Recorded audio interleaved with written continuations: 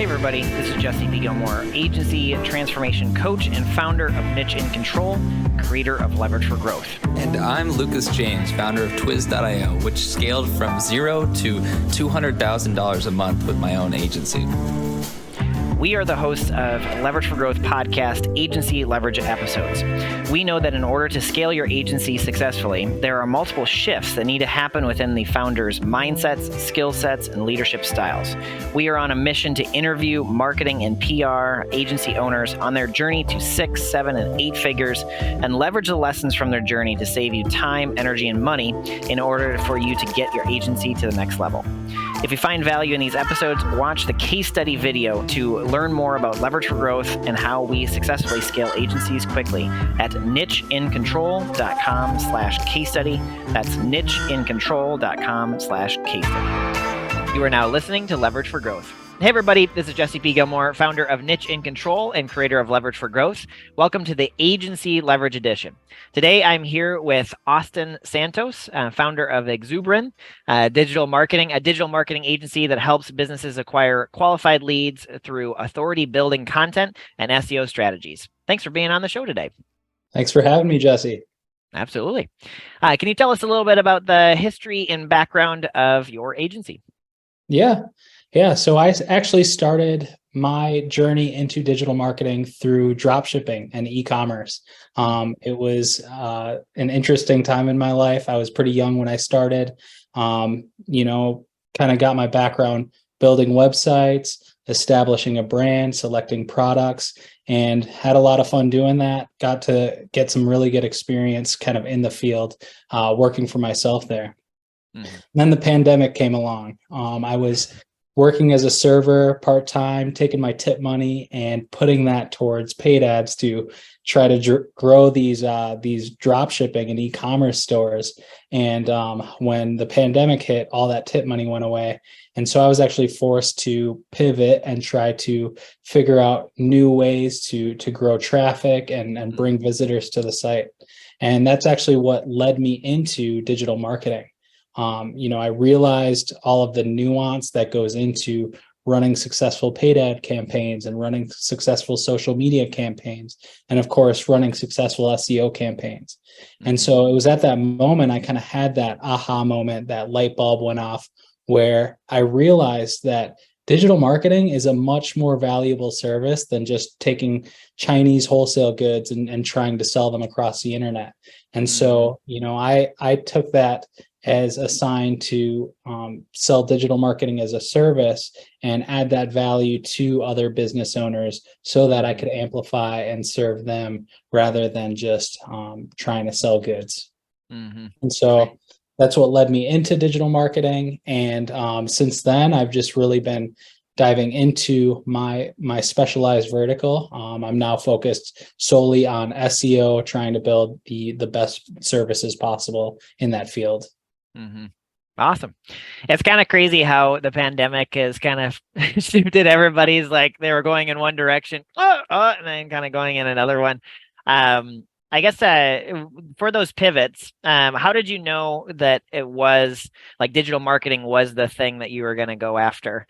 I know the tip money ran out and you're kind of like, all right, what's the next thing? What kind of led towards digital marketing being the thing that you were going to go all in? I'd say first and foremost, it was intuitive. Obviously, getting my start without any hard business experience, I knew that I wanted to use the skills I developed, right?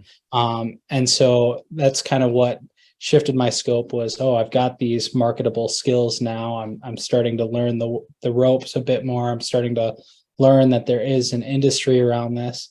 That was the first thing was the fact that there was a valid market, there was a valid demand for digital marketing. And then on a philosophical level, I've always been the type of person who wants to serve others, right? And it was reflective in all of my jobs, whether it was working in a call center and helping people find clothes or goods, or serving in a restaurant and providing them with a good service experience. I wanted to be able to have that interaction where I knew that I was benefiting and adding value to the individuals that I was working with. And so it just kind of worked out as the next logical step for me. Mm-hmm. Cool. And with entrepreneurship in general, a lot of times when I talk with business owners, there's some type of like, some people call it like an aha, some people call it a calling, some people say like it's been in me forever. What is kind of like been your relationship with entrepreneurship, and how did you know that you were going to be a business owner? Yeah, I've always been very entrepreneurial. In high school, I was a big time artist. I would sell canvases and prints to my friends. And, I knew that was in me. Right. I'd work a lot of various jobs and, I'd get these skill sets and I'd get these promotions, but it never really clicked for me, to want to go the corporate route. I've always kind of had this unconventional nature. I've always been a big ideator. My Myers-Briggs type. I'm a classic textbook visionary, and so that is really at the core of my character. I think when I was young, I also dealt with a lot of insecurities, which kind of it kept me out of the core, out of the central, corporate structure market. And I've always kind of strayed away from the mainstream.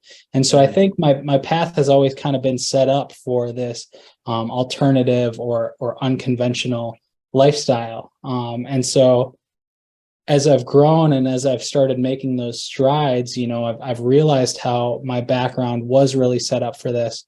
But what's really enabled me to take hold of the success that's coming my way, it is my mindset, right? And so I'm working to not achieve a certain outcome. Like, yes, of course, it would be great to make $5 million annually, but in order for me to get there, I have to adopt the mindset that I am that operator that can achieve those types of goals.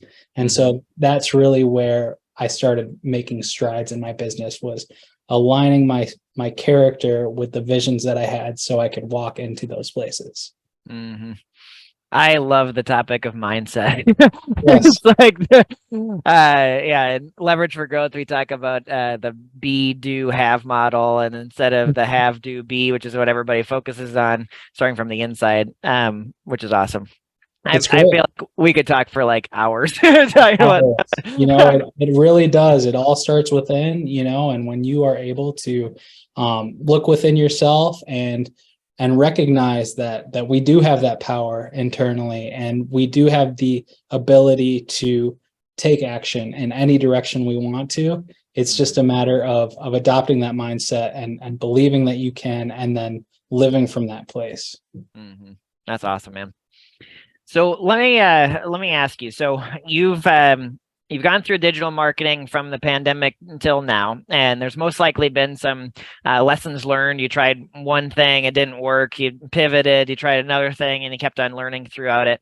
If you were to go back to like your previous self, right when you decided to go into digital marketing and you were just getting started, what would be some of like maybe one or two things that you would tell your former version of yourself to maybe like make it a little bit easier, or maybe not so peak and pit and does that make sense?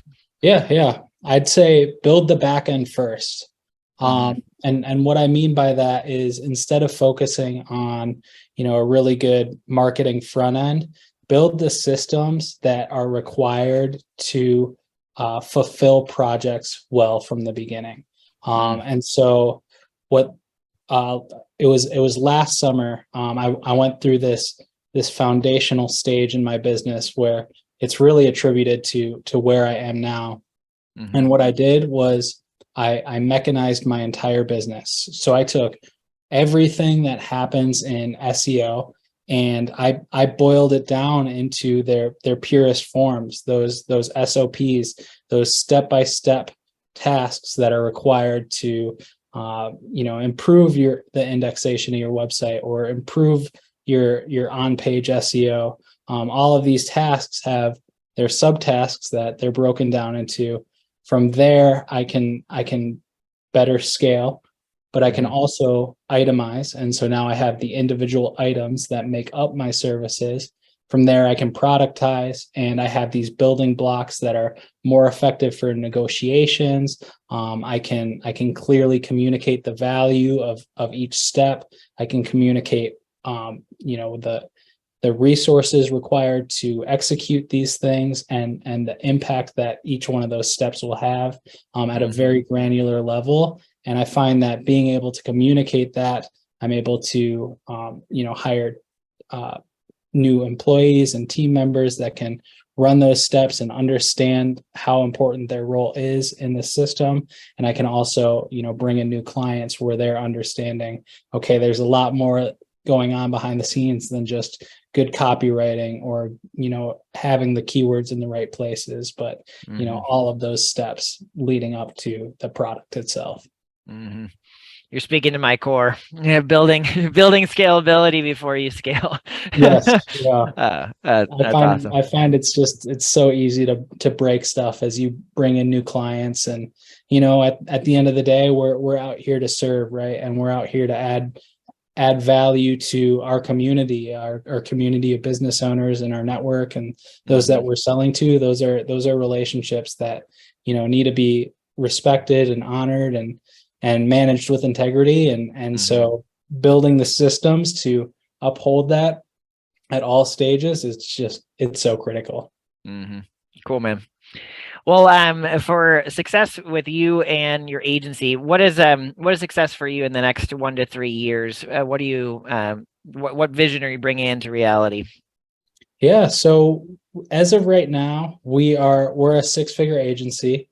So we're small, but we're very ambitious. And success for me, I don't think there is like a hard number associated with it. Of course, I've got financial goals, I've got business goals, but for me, I want to be able to lift my team up with me. So I've definitely got that all ships rise type of mentality.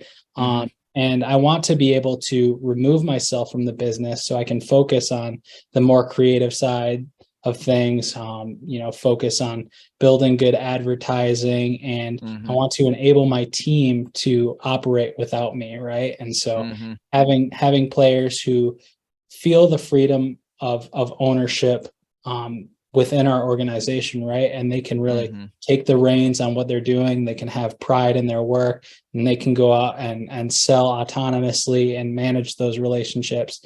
That's really what I want to see for my agency. Awesome.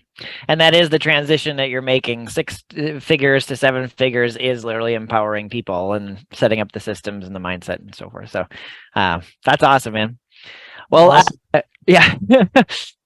What is the best way for people to get in touch with you, or do you have any offers for them that they can take advantage of? Yeah. So the best way to reach out to me is via my LinkedIn. It's just linkedin.com/IN/Austin Santos. Very easy to remember. And reach out. I'm happy to have a discussion with you. I'm happy to provide any kind of advice or value in the field of SEO that I can, whether you're a service-based business, B2B, B2C, or you're an agency who is looking to add SEO to your core offerings. There is an opportunity for me to help you and add value. And so I'd love to, hear from you guys, hear from those situations, and see how I can fit into what you got going on. Cool. Awesome. Thank you very much, Austin. And we'll see you on LinkedIn, right? Thanks so much, Jesse. I appreciate your time today.